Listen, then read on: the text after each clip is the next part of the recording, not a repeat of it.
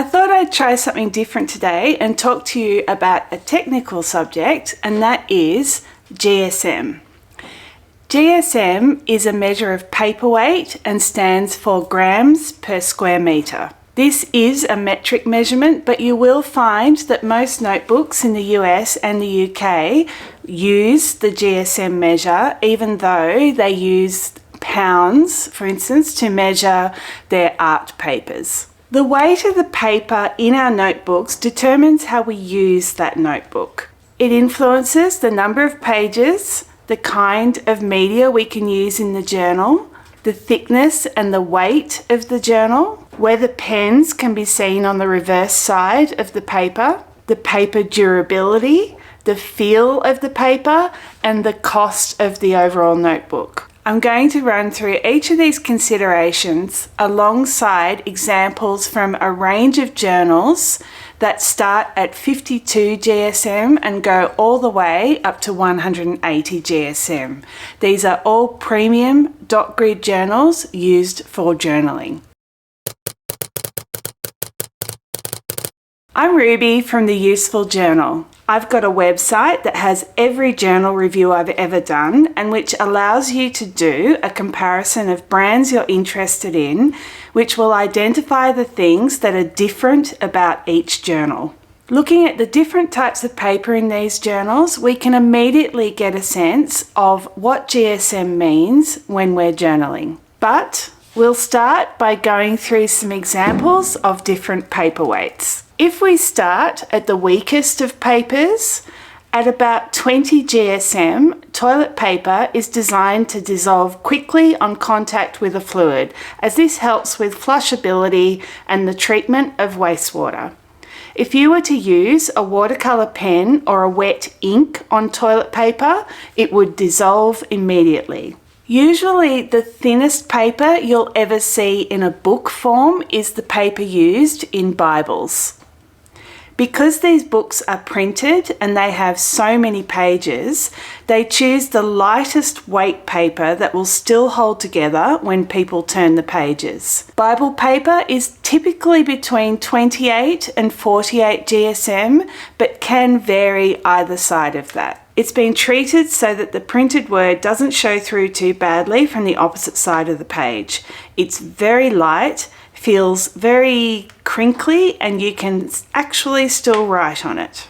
Vogue magazines have 80 GSM coated paper, but there is a little bit of variation either side of that depending on how luxurious the journal is or if it's just a cheapie. Printer and photocopier paper is usually around 80 GSM and uncoated, but it can range up to 100 GSM. Mixed media paper is about 160 to 170 GSM and is designed to coat with wetter inks, sometimes with alcohol-based inks. And then at 180 GSM we shift into cardstock. The GSM is less relevant for paper that has slightly different ingredients to normal paper. For instance, craft paper packaging can still be 80 GSM, but because it has less lignin and it has a higher sulfur content and isn't weakened by bleach during manufacture, it's exceptionally strong and resistant to water damage. Watercolour paper, especially watercolour paper with cotton content, can also coat really well with water and will stay reasonably flat and won't break down when it comes into contact with liquid. The standard lined notebooks that you buy in any store, even your local supermarket, tend to be around 70 to 80 GSM. But since people are mostly writing in these with ballpoint pens, the quality of the paper doesn't matter quite so much. We start paying a lot more attention to the GSM of the paper when we start using our notebooks for regular journaling. We might intend to keep them and we want them to look good. We might want to use fountain pens, particularly fountain pens with wetter inks, or they might have sheening or shading inks that you want to look good on the paper. We might start paying more attention to our handwriting and making our pages look good. And for some of us, we might start using some other types of media to decorate our journals. People often select notebooks with heavier paper because they want to avoid the inks ghosting or bleeding to the reverse side of their page. Ghosting is where you can see a shadow of whatever you wrote on the other side of the page. Unless it is very bad, ghosting doesn't affect your ability to write and read text on both sides of the paper. Bleed through is where the ink actually passes through the paper and shows as marks on the opposite side. If it's really bad, it can pass through to subsequent pages as well. Bleed can impact the usability and aesthetics of the opposite side, and in some cases can make a big mess of your paper. You may not be aware that the weight of the paper isn't the only thing that determines how strong that paper will be and how it will coat with liquids. I'm sure many of you have heard about coating on paper. This is where they add polymers like latex, resins, or mineral clays like calcium carbonate to the paper to fill in the gaps between the fibres or to create a surface over the page. Coated paper is unlikely to bleed, but it may still ghost. A good example is the Leuchtturm 1917 notebooks that have paper that has been coated with latex. The other thing that influences how liquid does or doesn't pass through paper is the process called calendaring. You can see from this diagram from Strathmore paper that calendaring is the very last step of paper production, where the paper is squeezed between a series of rollers that compress the paper fibres together. The more the paper is compressed, the more impervious it is to water.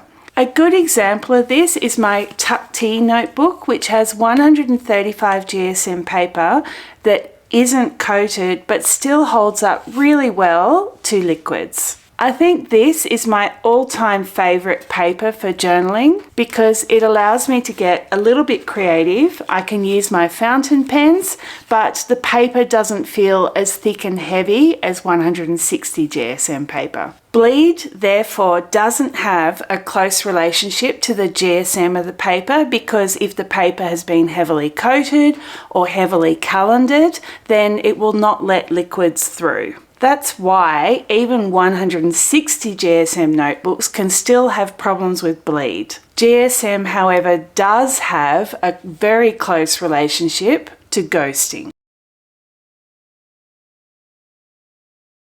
Ghosting is the most polarizing feature of paper in journals.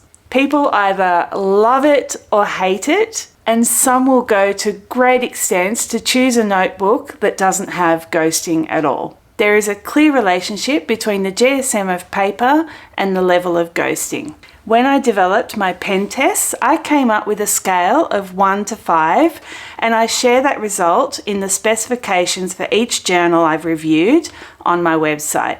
The scores are explained on my pen test page, where if you're really interested, you can watch my video on why I test what I test. And then if you go to the individual journal reviews, let's select the Scribbles That Matter 120 GSM notebook. If you scroll down to the Additional Information tab, you can then scroll down through the list to see the pen test results.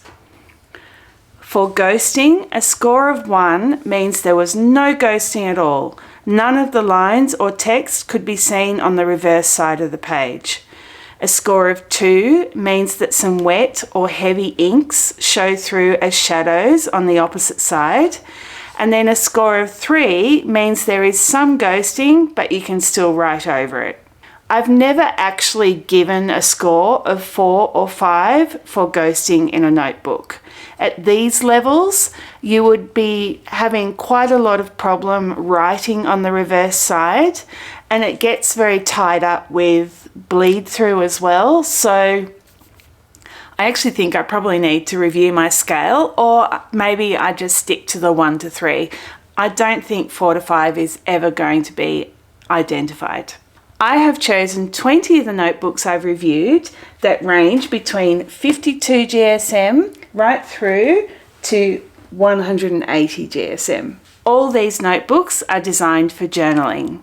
We have the 52 GSM Stylogy, the 52 GSM Pebble Stationery with Tomoe River paper, the 70 GSM Moleskine, the 80 GSM Midori Coloured Notebook, 80 GSM Leuchtturm 1917, the 80 GSM Midori MD Notebook, 90 GSM Rhodiorama, 90 GSM Caran d'Ache, the 100 GSM Paper Blanks. Just be aware that that does also come in 120 GSM. I am looking at the 100 GSM version. The 100 GSM Dingbats, the 120 GSM Nuna, the 120 GSM Clever Fox Dotted Journal 2.0, the 120 GSM Leuchtturm 1917 Bullet Journal, the 135 GSM Tuck Tea, but only the white booklet,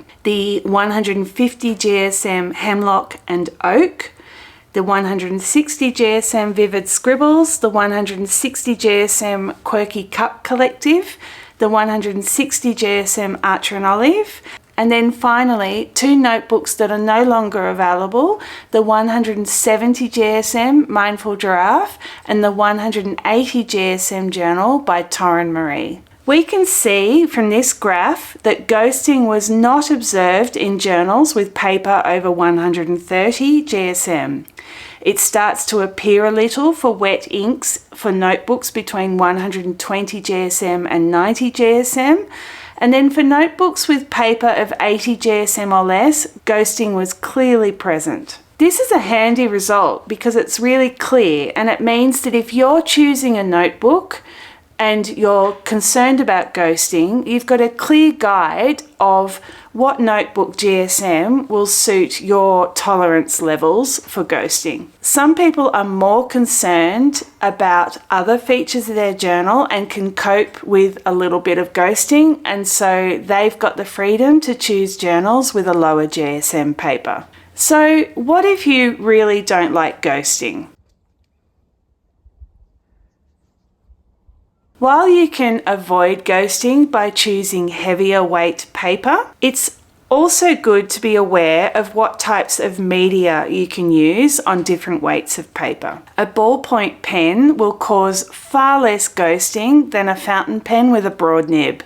So you may be able to use paper with a lower GSM if you only write with ballpoint pens, gel pens, lead pencils, or even fountain pens that have fine nibs and lighter coloured inks. If you like watercolour, water-based markers, or using fountain pens with wetter inks, broader nibs, or you like stamping, you're best to stick to a paper that is over 140 GSM if you don't like ghosting. Even then, watercolour may soak through uncoated paper.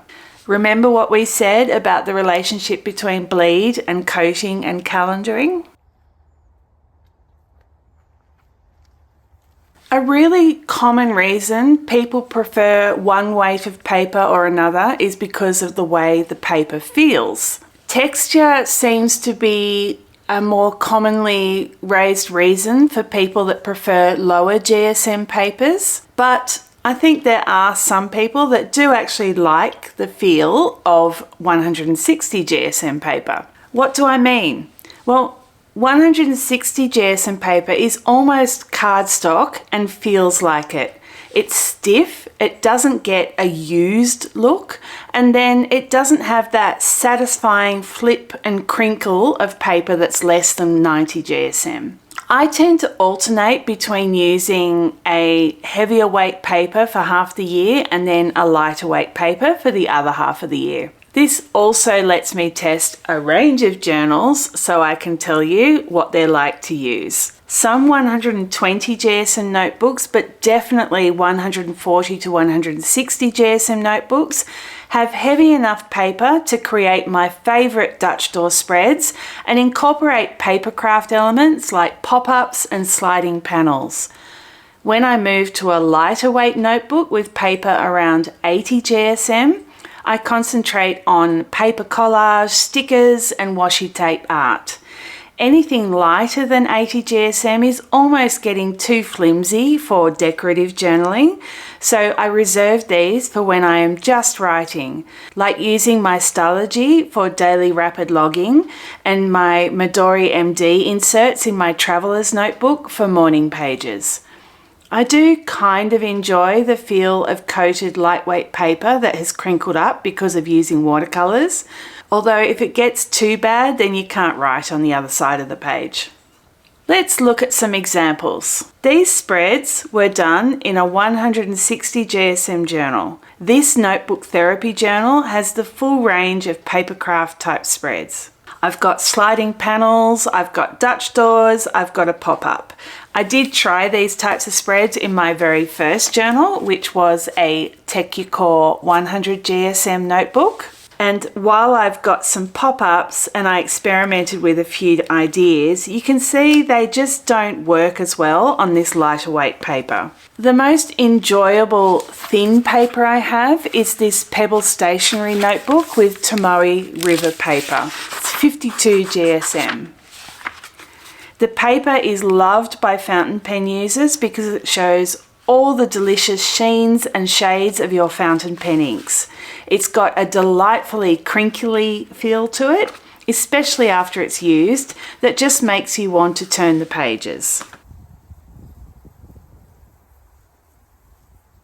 Heavier, thicker paper can make a dramatic difference to the thickness of your journal.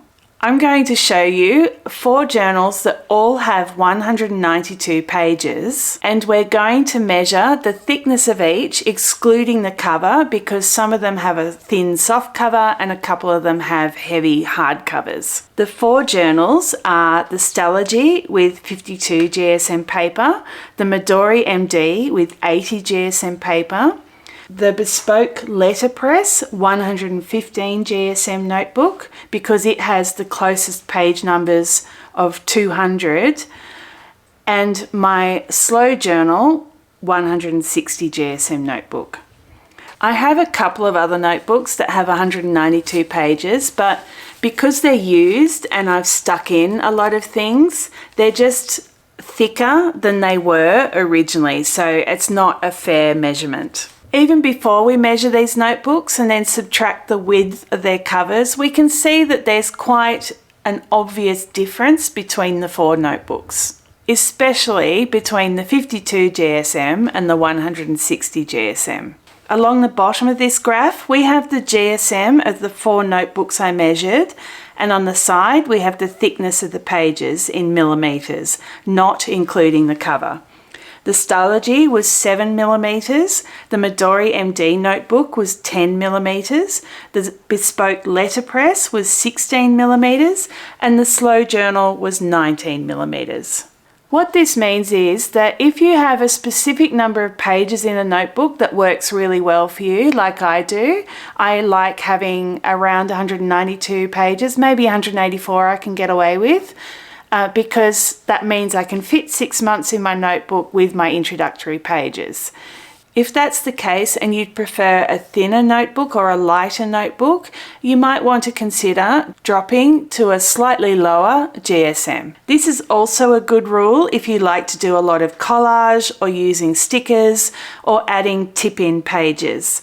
Adding all these materials can really make your journal what we call chonky. And as you can see here, if it's a 160 GSM journal that's already quite thick when you buy it, it's going to really increase the size and the weight of that journal when you start filling it up with all the things that you're adding to the pages. To be honest, if you're just mostly sticking things in your journal and not using markers or paints or really wet inks, then you don't really have a good reason for using heavier weight paper anyway. Because lighter weight paper is thinner, manufacturers tend to increase the number of pages in these notebooks. It's fairly standard for lighter weight notebooks with paper under 90 GSM to have more than 200 pages, whereas it's more common for 160 GSM notebooks to only have 160 pages.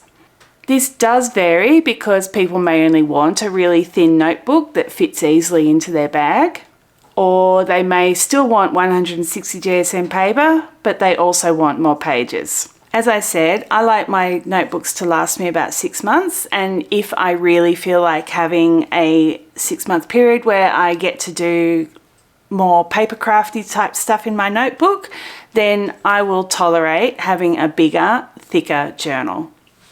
If I'm using a notebook for a hobby, I often seek out a shorter notebook because I know I won't have the material to fill a larger one, even if I use it for several years. I'm sure you're aware that not all notebooks cost the same. What you may not understand is why a premium notebook with 192 pages and 80 GSM paper is so much cheaper than a premium notebook with 192 pages of 160 GSM paper. In this graph, I've left out the 135 GSM Tuck T notebook because the reusable cover made the notebook much more expensive than a normal journal, and that skewed the results. Of the remaining 19 notebooks, there's a couple of exceptions to the trend line. For example, the Hemlock and Oak notebook has a higher price per page because the owner of the brand spends more on environmental initiatives. And the two Midori 80 GSM notebooks are cheaper because they have very simple covers and bindings. Generally though, as the trend line indicates, paper with a lower GSM is cheaper than paper with a higher GSM.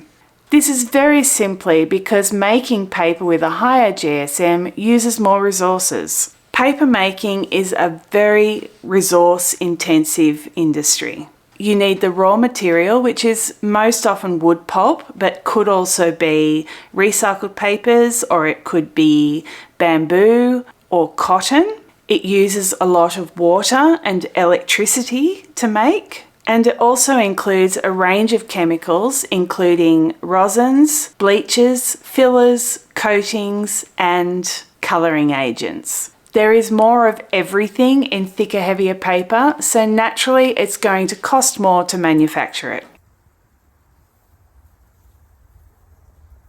The next conclusion we can make is that paper with a lower GSM is usually more environmentally friendly. That's not only because they consume fewer resources, but it's also because they are lighter, they take less space and create less weight for transportation, thus reducing the amount of fuel needed to move them to the buyer.